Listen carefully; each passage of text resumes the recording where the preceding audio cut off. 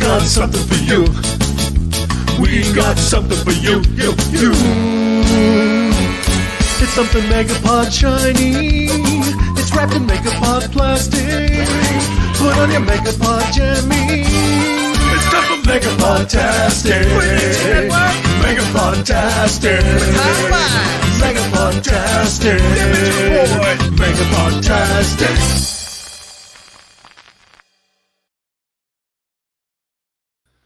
Good morning. Welcome back to Crazy Joe's Concession Stand.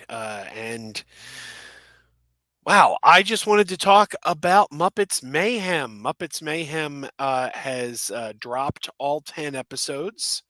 I have not seen all 10 episodes yet. I just don't have that kind of time in my schedule, but I've seen the first 2 episodes. And I want to take a moment and give my thoughts about it. Brent Mania says, "Hello, Joe. Hopefully you and your family are doing well." They are, Brent Mania. Thanks for asking. I hope you're doing well. So I am fresh from having watched the second episode of Muppets Mayhem, and I thought I would come on and give my thoughts a little bit. But before we do that, there is something I need to talk about here. We have a giveaway from our friends at Paramount. Our friends at Paramount Pictures have allowed us to give away some digital copies of Dungeons and Dragons Honor Among Thieves. So I have 2 that we can give away. Two digital copies of Dungeons and Dragons Honor Among Thieves. Now they gave me 5. They gave me 5 to give away. And I was at a convention last week, Contropolis. You probably saw the video, and it's over on the Crazy Joe Adventures channel. I was at a con called Contropolis, and I decided to give away some of them there at the con. And basically, if somebody came up to me and said, "Hey, Crazy Joe from Crazy Joe Adventures," right? I gave away a digital code. So we had 5 of them. 3 of them were given away at the con, which means I got 2 left. So today we're going to give away the 2 remaining of those 5 digital copies of Dungeons and Dragons Honor Among Thieves. So let's talk about Dungeons and Dragons.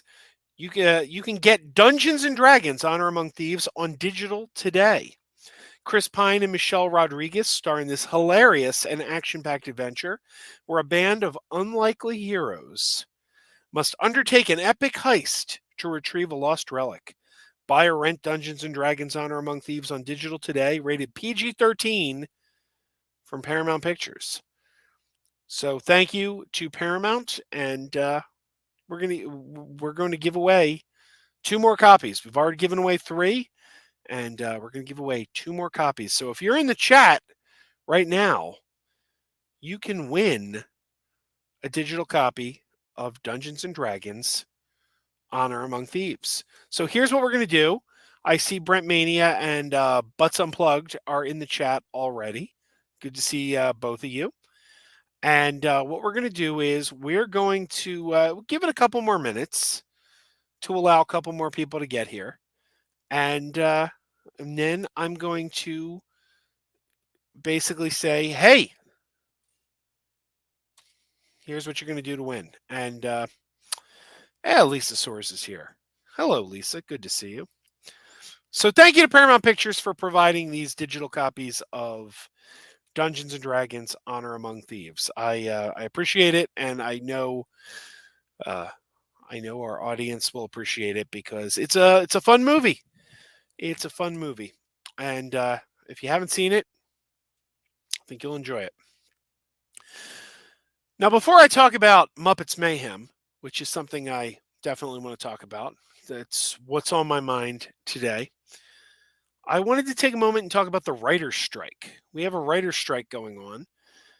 The Writers Guild of America has been on strike since Monday, I believe. Or has it been, was it last Monday? Maybe it's over a week now. Maybe it was last Monday that they went on strike. But the Writers Guild of America is on strike right now, and I have some concerns about this strike. First of all, I want to say right off the bat that my sympathies with the writers, and I hope the writers get everything they want, everything they deserve. Hollywood is nothing without its writers. You've got nothing if you don't have a great script. Script is the building block for a movie. So my sympathy and I'm rooting the writers on. I'm rooting the writers on getting what they want. But here is where my concern lies. And I haven't heard anyone discuss this yet. So if anyone else has said this yet, uh, I haven't heard it. This hasn't really been part of the conversation from what I can tell. But my concern is that while I do agree with the writers, and I do think the writers deserve, you know, better wages, and we've heard some of the issues. The mini rooms is one of the issues. The shrinking episode numbers on TV series is one of the issues that they've had issues with. There's been a bunch of things. There's a bunch of things, and they deserve better, and I hope they get it. But my concern is timing, and I can't help but wonder if this was not the right time for a strike. And the reason I say that is because Hollywood is currently in recovery from the pandemic.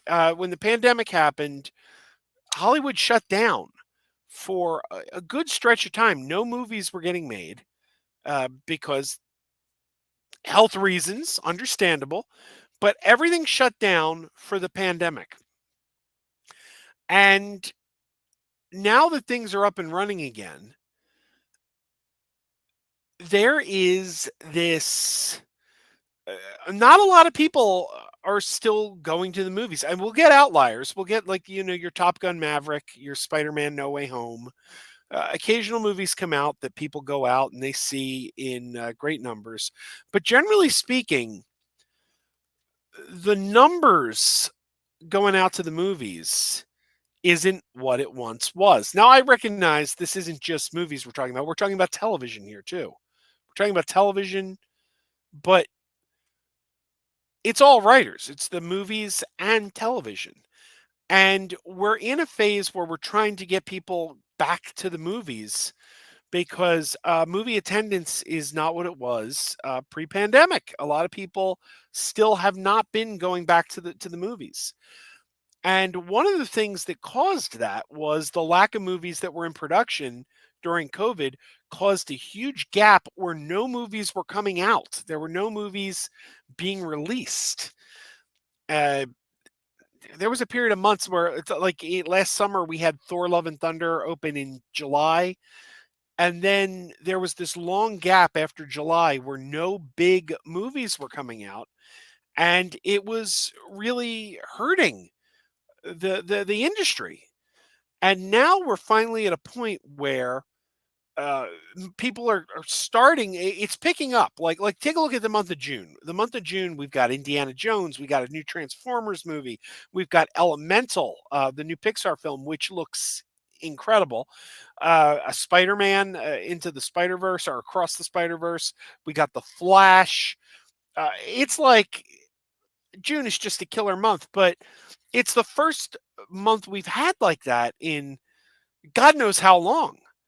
And my fear is with when we're in a recovery period, this writer's strike could shut down the business again. Nothing. We could have a span of time where nothing's getting made, and then that hurts everybody, including the writers.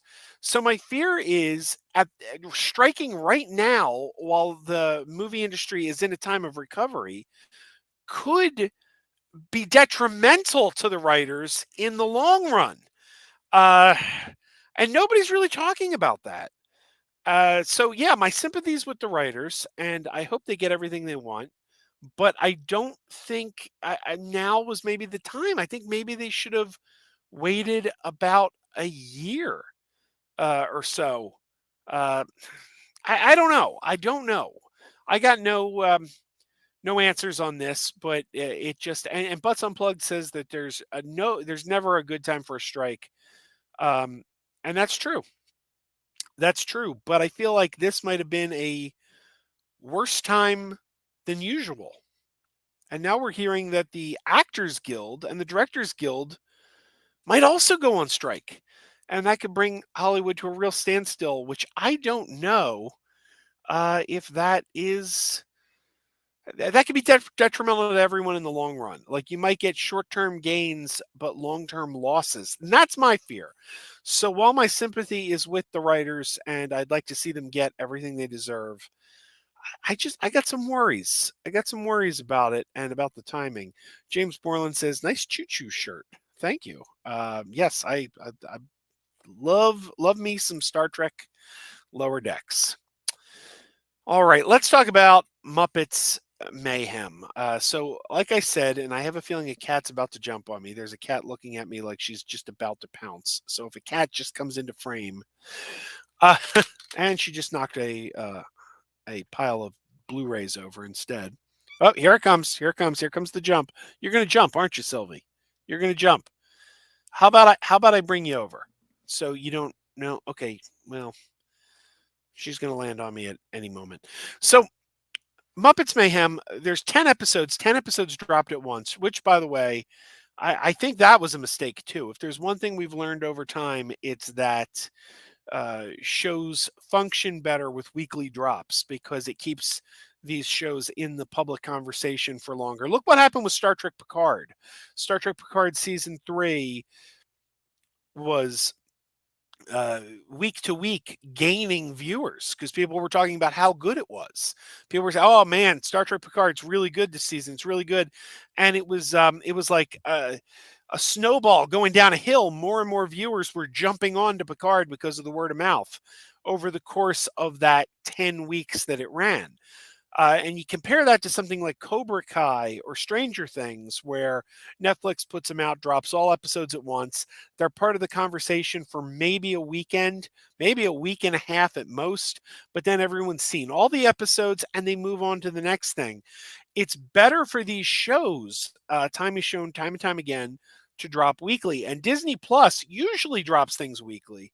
So the fact that they decided to drop all the episodes at once is kind of disappointing to me because I don't think it's as good for the show, and I don't think, and it's not good for my schedule either because I don't have time to sit and watch 10 episodes, especially a show I'm going to watch with my wife, going to watch with my kids, because not only does it have to fit into my schedule, it has to fit into their schedule. So you're trying to fit this show into three people's schedule. We can't just sit and binge 10 episodes. We don't have that kind of time. So we're 2 episodes in. We've watched 2 episodes. And so far, I really like it. I expected I would. I'm a Muppets fan, hardcore Muppets fan. But this is a bit of a different show because the Electric Mayhem have always been major players in the Muppets, the Disney Muppets, let's call them, even though they weren't always owned by Disney. But there's sort of three primary arms of the Muppets. There's Sesame Street, the Disney Muppet characters, and Fraggle Rock. And of those three arms, the Disney portion of the Muppets, the Electric Mayhem have always been major characters, and but they've never had the spotlight. And this show's interesting because 2 episodes in, not only do they have the spotlight, but none of the other Muppets have appeared. I don't know if they do later in the season. If they do, please don't tell me because I haven't seen it yet. I don't want to be spoiled. But I fully expected we'd see Kermit or Fozzie or Gonzo as background characters. Like you may remember in the 90s when uh, Kermit and Fozzie and those characters kind of started to take the back seat to some of the supporting characters, and Gonzo and Rizzo kind of stepped up and became the main characters. They kind of got the spotlight. It was because of the death of Jim Henson, the death of Richard Hunt. But they were still there. those characters, they were no longer the primary characters, but they were still there week to week. And this time around, so far, we're not seeing that. The Electric Mayhem are the only Muppet characters being featured in this show, which kind of was a surprise to me. But it's been very, very funny. And the big surprise, I think, has been Lips, the trumpet player, because he rarely ever, I don't think under Steve Whitmire is the old puppeteer who performed Lips. And I don't think Lips ever really got much dialogue under Whitmire. If he did, it wasn't much at all. And Peter Linz is now performing Lips. And Lips is doing a lot of talking, and they've given him a gibberish voice. Like he talks, and it's all nonsense words. You can't understand a word he's saying. It's like a mumble speak, and he has been the character cracking me up the most. I've been losing it every time Lips is on screen. Butts Unplugged says Star Trek Picard season 3 is the best season. I agree. I've also heard people say that that's what Picard should have been all along. Fully disagree. Fully disagree. I don't think Picard season 3 works without season 1 and 2. I think season 3 works as a finale to the series. And if you just brought all the Next Generation characters back from the beginning, it just would have been the Next Generation. It just would have been Next Generation season 8. I think the beauty of Picard was that it brought us Picard at a different point in his life with different people in his life. And then over the course of a couple of years, for the final year, oh, here's the old guys. They're all coming back. I think it worked best that way. I don't think if season 3 was season 1, I don't. It's just Next Generation again. It's not something separate. So I really like the way they did it. James says, "Say Joe, there's a Marvel cartoon called Moon Girl and Devil Dinosaur. Have you seen it? I love it thus far." I have not. I've seen some promo images for it, but I have not seen it. Lisa says, "I'm only doing 2 episodes a day to stretch it out. I love it. Episode 3 made me melt and tear up. Only 4 episodes in." Well, Lisa, you're 2 episodes more than me. Though I gotta tell you, I gotta finish the series before the Mahoning event on the 20th, because I don't want to go to the Mahoning event and not have seen every episode. To those of you who don't know, if you're in the Philadelphia area, Philadelphia, New York, Delaware, I don't know, if you're anywhere in this region of the country, the Mahoning Drive-In Theater on Saturday, May 20th, is doing an event called Muppets Take the Mahoning. And they're going to show 2 Muppet movies back to back, Muppet Movie and the Muppets 2011. And the Barretta brothers, Bill Barretta and Gene Barretta, are going to be recording their podcast live before the first movie. Gene Barretta will be at the drive-in with us, with Bill phoning in through Skype. So come on out. Come on out if you are in the area and can do so. Come on out. Ants Am Thompson 9 says Lips and Zoot are the standouts on the show. I definitely agree on Lips. Zoot's always good. Zoot's always good, but he hasn't really stood out to me in the first 2 episodes. But then again, I'm only 2 episodes in. Lisa says Lips ringtone killed us. Yes, absolutely. Absolutely.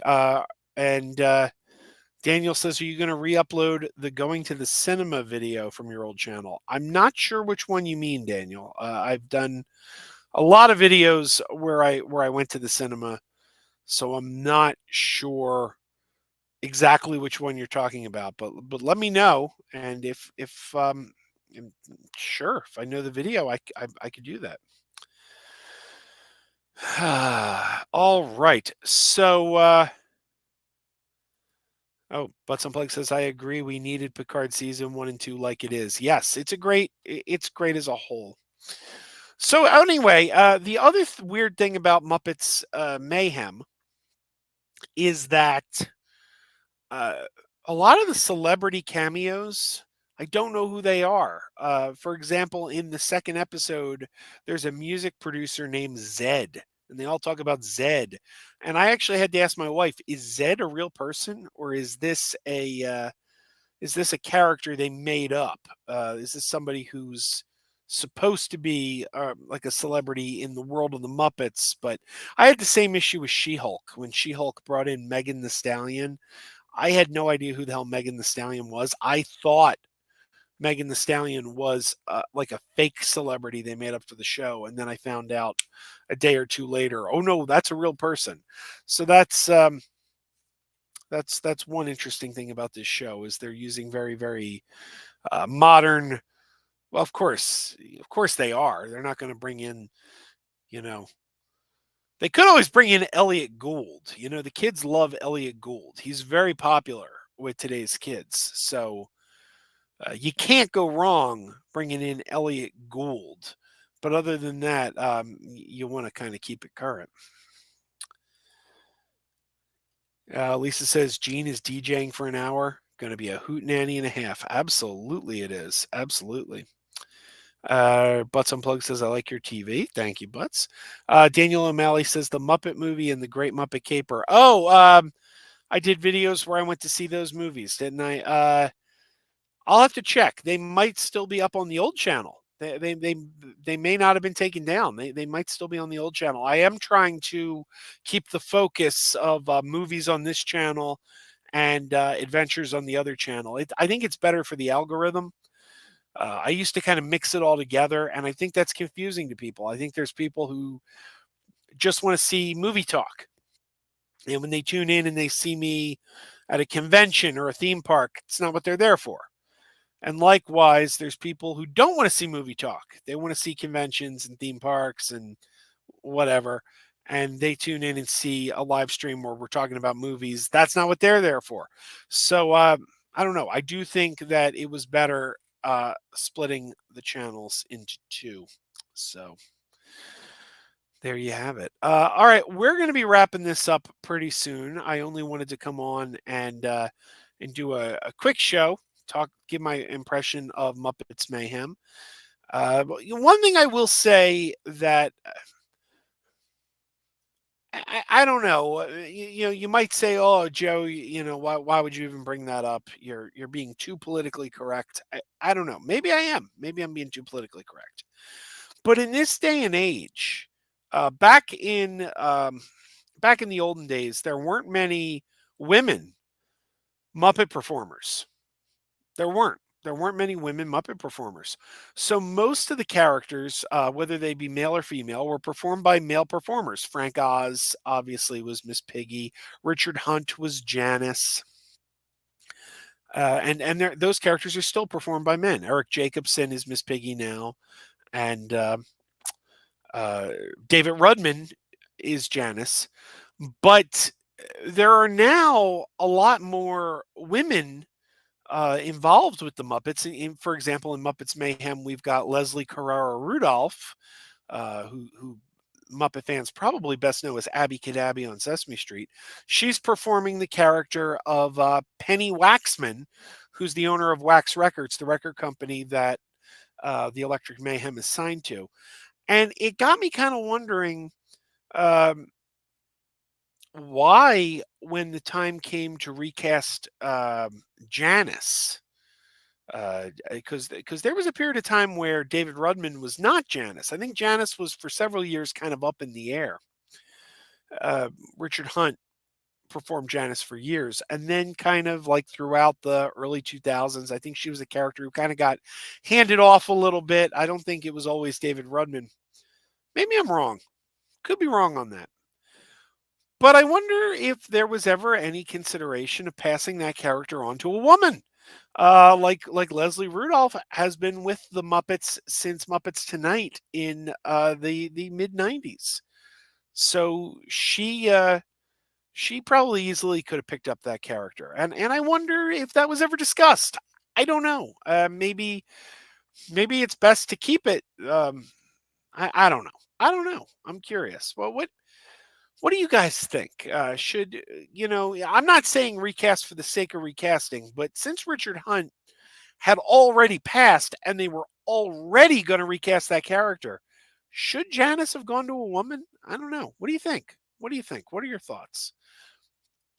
Though David Rubin's doing a great job. Lisa says they're bringing older stars though later into the series, but I'm semi clueless too. See, we old people, we don't know. Uh, Ann says it's great to see Leslie do something with the Muppets that's not Sesame Street.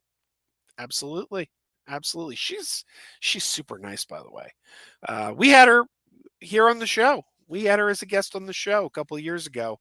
I don't know if that video is posted, but I'll have to find it. If it's not, I'll have to find it and post it because she was super sweet. I really like her. I really as a performer and as a person because I've met her and she's super nice. James says Super Mario Brothers movie of this year is my favorite film of the year. It not only rejuvenated Mario, but it also gave Illumination the new light it needed. Uh, I've seen it twice, the Super Mario Brothers movie, and I got to tell you, I'm not impressed with it. I'm not impressed with it. I think it's fine. It's perfectly fine. There's nothing wrong with it. I just don't think Super Mario has. I I don't think there's enough story there to carry a movie. Quite frankly, any movie. I I don't know. It's one of those movies that just feels very, very light on plot. But of course, it's light on plot. There's not much plot in the video game. But in a video game, it's interactive. You're playing the game, whereas a movie is passive. So now you're getting a little plot, but you don't even get to interact with it. So I don't know. I don't hate the movie. It's a fine movie, but I don't know that it's one that I need to revisit. Uh, I don't know, and I think Illumination is probably the third best animation studio after Pixar and Walt Disney Animation. Pixar, of course, is the cream of the crop, and then I think Walt Disney Animation is a close second. I think Illumination's number three. The Despicable Me movies have been great. Secret Life of Pets have been fun, and the 2018 or was it 2019? I don't know. The Grinch film with Benedict Cumberbatch was terrific, absolutely terrific.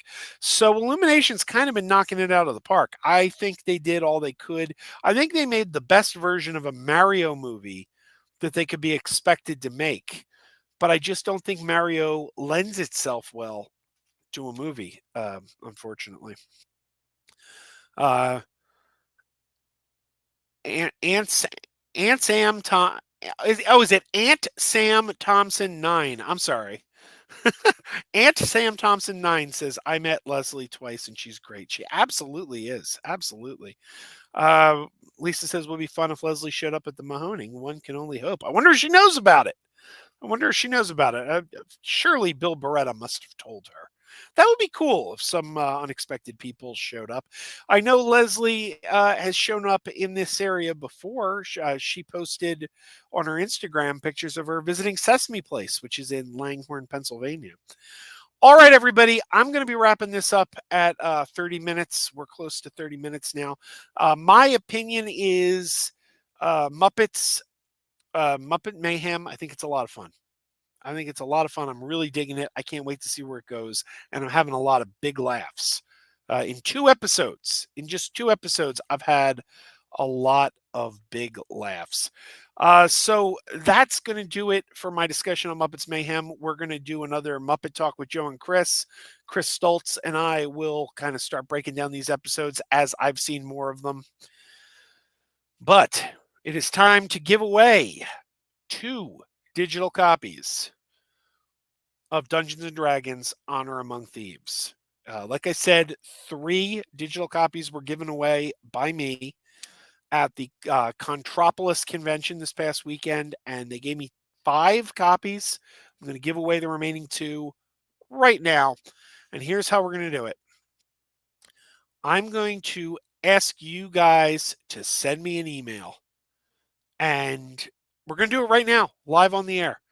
Send me an email and the first 2 win the digital codes. It's that simple. And here's the email address you're going to send it to. Um, you don't even have to say, much in your email. You don't even have to say much in your email. Just write D&D or something, and I'll respond to you. I'll respond and I'll send you the code. And I'll tell you right now, live, who the winners are, because this shouldn't take too long. So here's what we're going to do. You're going to send an email to crazyjoeadventures@gmail.com. crazyjoeadventures@gmail.com. KRAZYJOEADVENTURES@gmail.com. And I will tell you who the first 2 are. Let's see. Nothing yet. Nothing yet. While we're waiting. I don't know. I would have thought you guys would have gotten it out by now.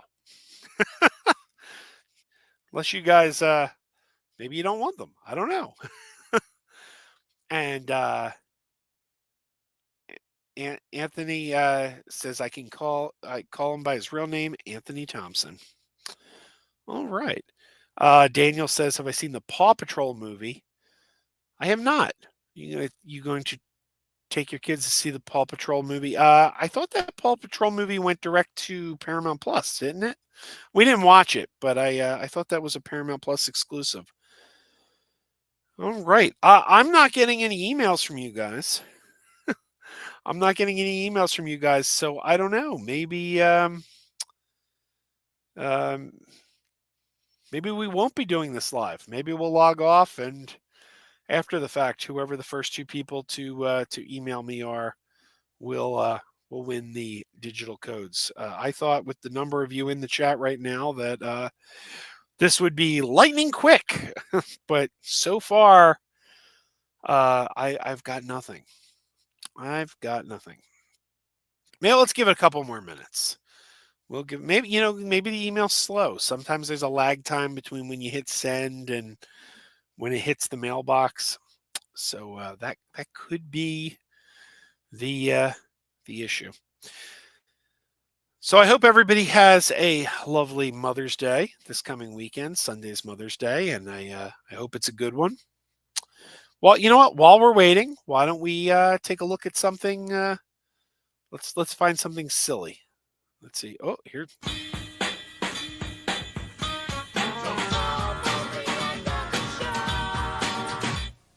See here. Crazy Joe Mega Podtastic writes, I heard there's a deleted scene in Dune where Jason Momoa's Duncan Idaho trips and falls in the sand. When he stands up, everybody points and yells, hey, looks, it's Sandy Duncan. You talking about the Broadway and film actress Sandy Duncan? That's a deep cut. You're welcome. All right, Crazy Joe, thanks for sending that in, man. Okay, next up. I get angry just thinking about it makes me mad. Little kids doing drugs, it turns my stomach. That stuff hurts. It stops you from living up to your potential. It holds you back. It hurts the user. It hurts his family. And it hurts his friends. I just want to shake some sense into you kids that are using drugs and thinking about using it. So remember, don't, or else. Okay? My time. And it has that classic song, let's look at what's happening to me. I can't believe it myself. Suddenly I'm up on top of the world. It should have been somebody else.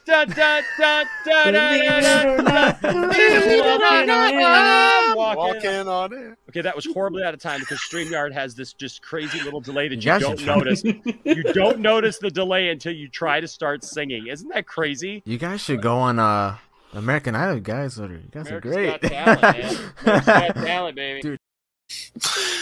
All right, there we go. None of you have emailed me, so I guess this is gonna take a while. I'll leave this up on the channel, and the first 2 people to email me will get the codes. I thought it would happen live, but apparently not.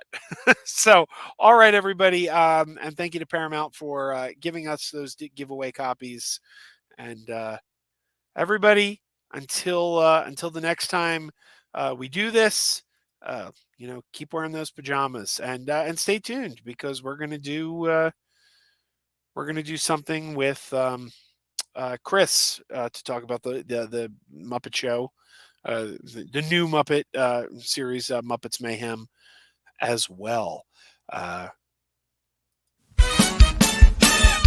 Keep wearing those pajamas with the plastic feet. Keep wearing those pajamas. Tell everyone you meet. Keep wearing those pajamas with the back door flap. Keep wearing those pajamas. Don't open, it's a trap. Oh no, it's a trap. Some people call them PJs, some people call them jammies. They can come embroidered with big money and no whammies. They can have 100 tiny commander adamas, but no matter how they look, just keep on wearing those pajamas. Keep on wearing those pajamas. Keep wearing those pajamas. And now we're having fun. Keep wearing those pajamas. And now the song is done.